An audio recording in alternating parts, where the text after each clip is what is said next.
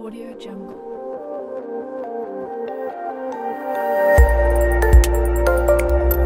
Audio Jungle.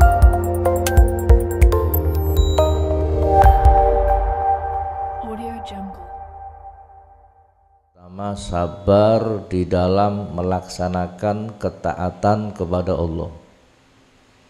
Baik ketaatan itu bentuknya fardu yang wajib ataupun yang sunnah.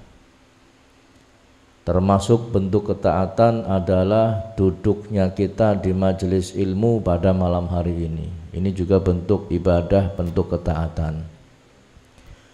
Apa yang akan didapatkan secara batin, wa yahsulu batinan bil ikhlasi wa huduril qalbi fiha.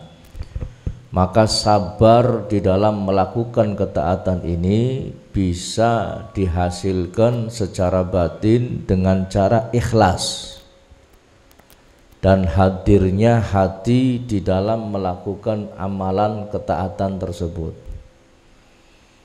Orang yang sabar di dalam melakukan ketaatan, maka supaya mendapatkan kesabaran itu harus ikhlas dan hatinya hadir ketika melakukannya. Ya, saya contohkan malam hari ini kita duduk di majelis hadirin, kalau panjenengan nggak ikhlas dan hatinya nggak hadir, maka panjenengan nggak akan mendapatkan kesabaran di dalam melakukan ketaatan. Coba lihat kira-kira ketika kita duduk di sini ada perasaan seneng nggak? Ada perasaan semangat dan giat melakukannya enggak? Kalau enggak ada semangat ataupun giat melakukan, hati-hati, jangan-jangan kita enggak ada sabar di dalam melakukan ketaatan ini. Kemudian wadhahiran, secara zahir namanya kesabaran itu bisa didapatkan dengan cara biluzumiha wadawami 'alaiha. Secara zahir kesabaran dalam melakukan ketaatan itu bisa dikerjakan dengan melazimi dan mendawamkan ketaatan itu. Kalau sekali tok hadirin kayaknya berat bagi kita untuk langsung bisa sabar, berat. Ya, makanya kalau kita masuk pertama kali dalam majelis ilmu, saya contohkan majelis ilmu karena kita sedang melakukannya hadirin, dan ini bisa diaplikasikan dalam amalan yang lain. Saya contohkan majelis ilmu. Kalau panjenengan hadir majelis ilmu sekali, tentu belum bisa sabar hadirin, belum bisa. Makanya biluzumiha, dengan melaziminya, wadawami 'alaiha, dan dawam. Dawam ini artinya terus menerus melakukan. Orang untuk mendapatkan sabar untuk sholat tahajud misalkan 50 rakaat, ya, sabar melakukannya itu bisa dikerjakan dengan cara terus menerus hadirin, baru dia akan mendapatkan kesabaran.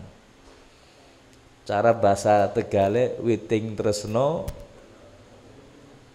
jalaran saka kulino apa saka bondo. Witing tresno apa artinya? Rasa cinta, rasa seneng hadirin itu bisa didapatkan dari apa? Dari kulino. Kulino tahu? Kulino itu terus melakukan, jadi kebiasaan. Kalau sudah terbiasa, maka lama-lama akan timbul rasa cinta hadirin. Nah, kalau sudah terbiasa ini, maka akan bisa didapatkan rasa sabar itu di dalam melakukan ketaatan. Kemudian secara zahir juga beliau Habib Abdullah bin Alawi Al-Haddad menyampaikan waddukhuli fiha bin nasyat. Ya, di samping kita melazimi istiqomah, mendawamkan terus menerus, melanggengkan amalan tersebut, maka ketika masuk amal itu, mengerjakan amalan itu hadirin bin nasyat. Nasyat ini artinya giat, semangat, ya, atau ada rasa senang di dalamnya. Ya, makanya amal kebaikan hadirin bisa didapatkan hasilnya, ada buahnya, ada ganjarannya, ada manfaatnya ketika panjenengan melakukan dengan senang hati. Kalau masih ada beban, maka jangan harap dapat manfaat yang lebih dari apa yang kita kerjakan.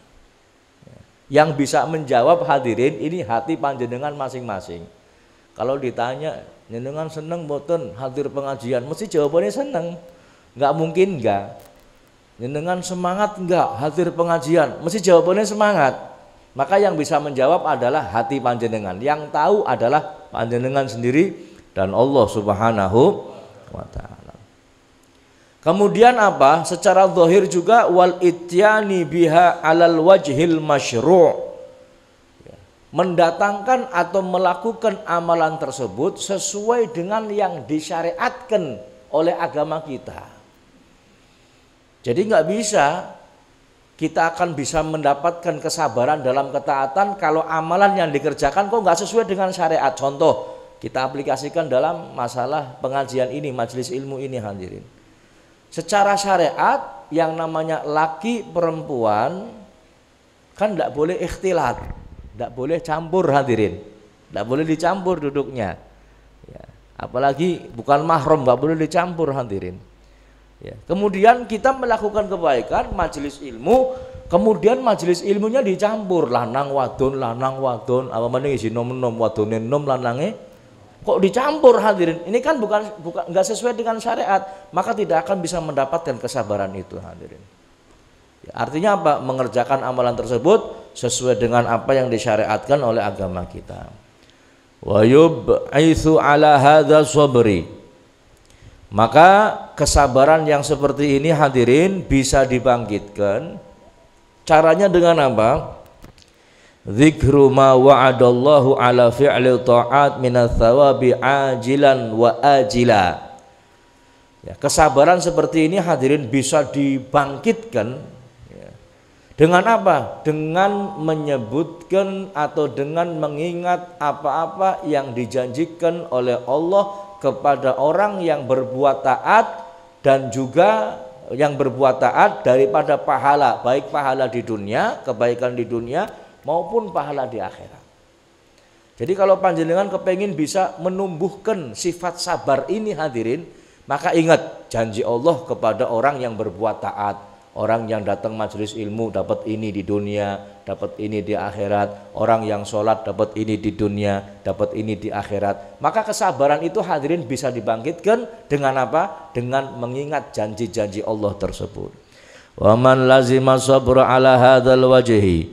Maka barang siapa yang melazimi kesabaran dengan cara yang seperti ini, wasala ila maqamil qurbi, maka dia akan sampai kepada kedudukan al-qurub.